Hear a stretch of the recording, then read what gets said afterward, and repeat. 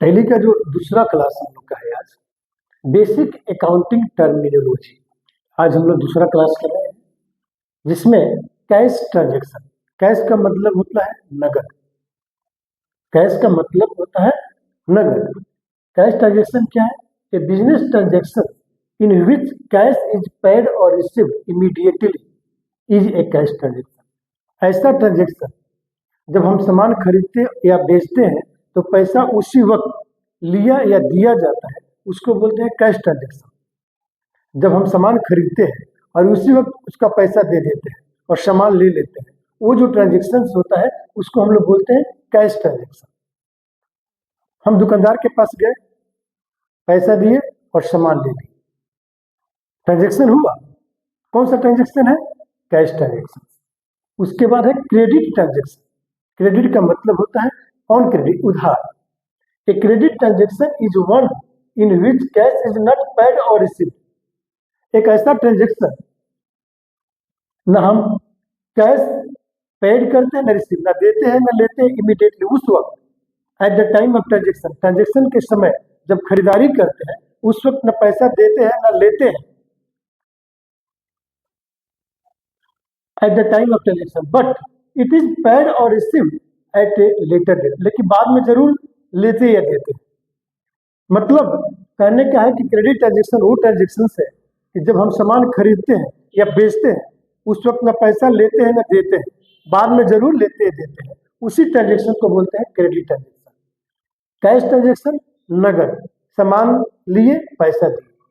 Credit transaction उस वक्त जब खरीदारी करते हैं ना पैसा देते हैं ना लेते हैं, बाद में जरूर देते हैं, उसी को बोलते हैं क्रेडिट ट्रांजेक्शन, यानी कि उधार। गुड्स, गुड्स का मतलब होता है वस्तु। अकाउंट्स में जितने सामान होते हैं उसको गुड्स बोलते हैं, और गुड्स का मतलब होता है वस्तु। व्यापारी जिस चीज का व्यापार करता है उसको हम लोग गुड्स कहते हैं।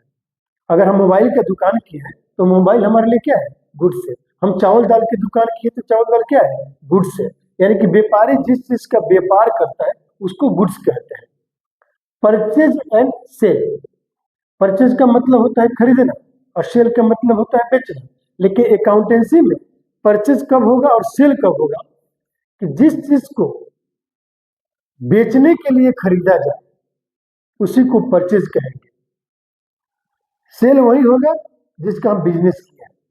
कुल मिलाकर कहना है कि हम जिस चीज का बिजनेस किए हैं वो चीज अगर खरीदते हैं तो परचेजिंग कहेंगे और उसी को बेचेंगे तो सेल कहेंगे। यानी कि जिस चीज का, यानी कि गुड्स, जिस चीज का हम बिजनेस किए हैं वो खरीद रहे हैं तो परचेज और वही बेच रहे हैं तो सेल कहलाता है अकाउंट में।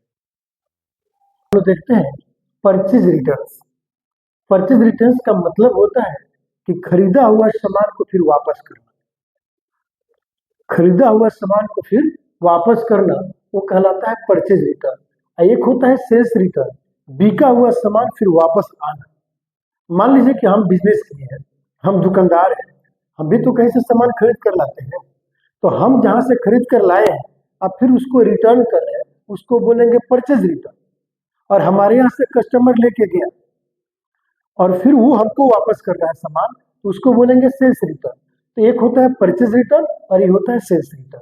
उसके बाद है स्टॉक। स्टॉक का मतलब होता है जमा पूंजी।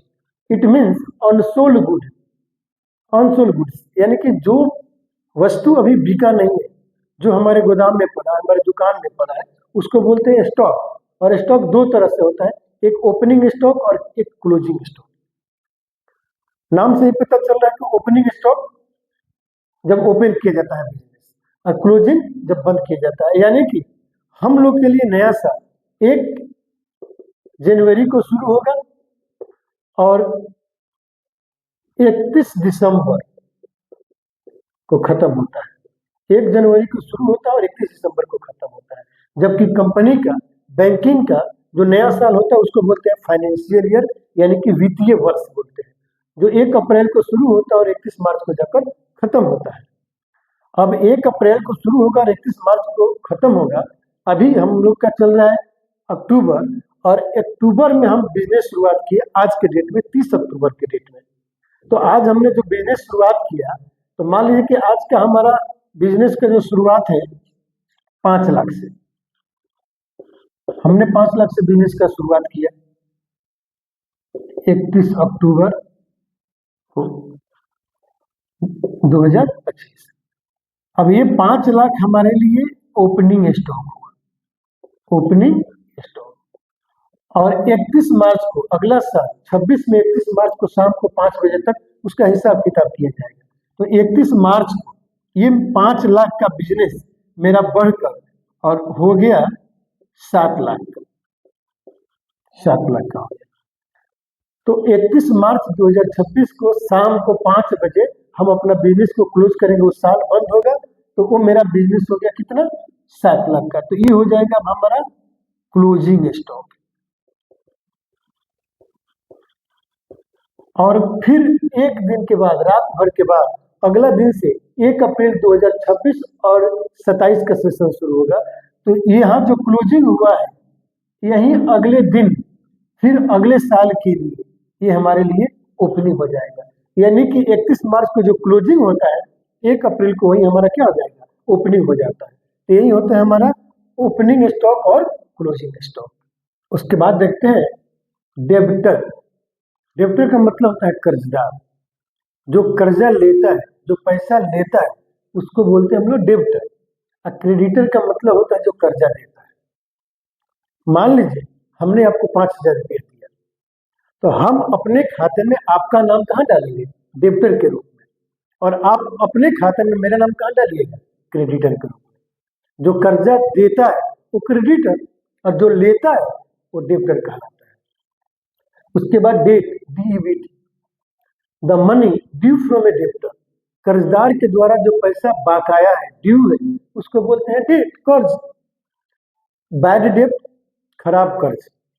The debt which cannot be recovered after has bad debt। ऐसा कर्जा जो समय पर रिकवर नहीं किया जा सकता, जो समय पर रिकवर नहीं हो पाता है, उसको हम लोग क्या बोलते हैं, बैड डेट, खराब कर्ज। यानी कि जो समय पर वापस नहीं आ पाए, टर्म पर पूरा नहीं हो पाए, उसी को बोलते हैं हम लोग बैड डेट्स।